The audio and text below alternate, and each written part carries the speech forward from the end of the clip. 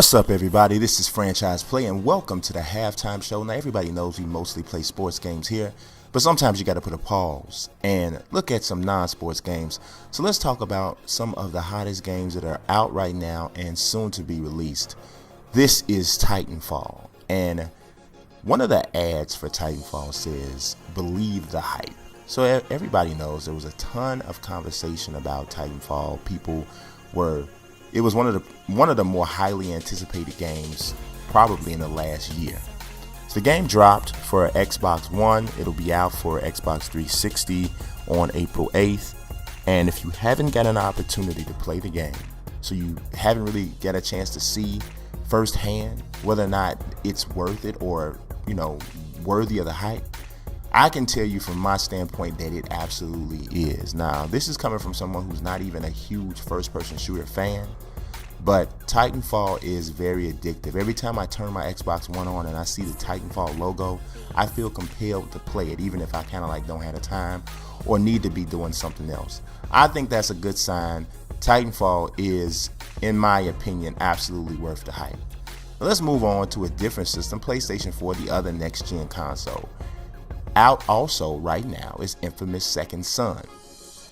From a visual standpoint, as you can clearly see from these screens, the game looks amazing. It's set in Seattle, so I've talked to a few people who either live in Seattle or have spent time there and asked them, just how accurately has the city been recreated. So far, I've heard nothing but positives on that front. Now, from my perspective, up until this point, the most attractive next-gen game that I've seen has been NBA 2K14. Now, I'm not totally ready to say that InFamous Second Son unseats 2K14 as the best-looking console game that I've seen, but I can surely tell you that it is on par with that. Played through about maybe the first 5 to 10% of the game, and the storyline is awesome. The visuals are, like I said, amazing. Also, the voice acting in terms of the sync and the actual script that is used with the characters is pretty impressive. I mean, this game has a really engrossing storyline, and the way that the cinematics and the acting portions are blended in, really, it hasn't bored me up to this point. A lot of times your storyline and the way it's executed makes you kind of wish, okay, just kind of hurry up and speed things along. Let's get back to the gaming. But I'm finding early on with my early experience with InFamous Second Son that the cinema and the storyline build up is not making me want to fast forward. It's almost as engrossing, if not more engrossing than the actual gameplay. But that's certainly not a slight to the gameplay. It is very tight. Now let's look ahead a little bit. Let's talk about some of the games coming out in the very near future. On April 8th, coming out on pretty much every system known to man and some aliens, Lego, the Hobbit video game, is coming out. Now, if you are familiar with Lego games, then you kind of know what to expect.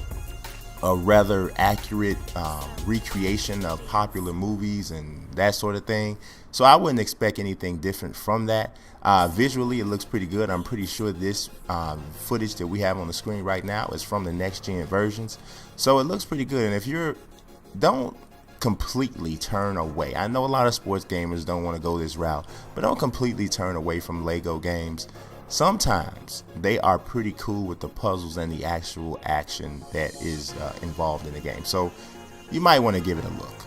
Also coming out even sooner than Lego the Hobbit is Dynasty Warriors 8 Extreme Legends. It comes out on PS3, PS4, and Vita on March 25th. I'm kind of on the fence with this game because, in my opinion, if you've played one of these Dynasty Warrior games, you've probably felt like you played them all. That said, the gameplay itself is either for you or it isn't. So there are people who really truly love this style of gameplay. They love this game. They're hardcore cult fans of the series. So they're gonna flip when they see this out. And you also look at the graphics here; it's pretty sharp. The voice acting here looks to be pretty good, at least from the trailer that we've seen. But it's hard to tell for sure if this is going to be the version of Dynasty Warriors that's capable of converting people who are not already hardcore fans of the series. That's probably the truest test of whether or not you have a classic version of a long-time series. But that'll do it for this episode of the Halftime Show. You guys stay tuned for this. I'll probably drop one a month. Subscribe, follow, peace.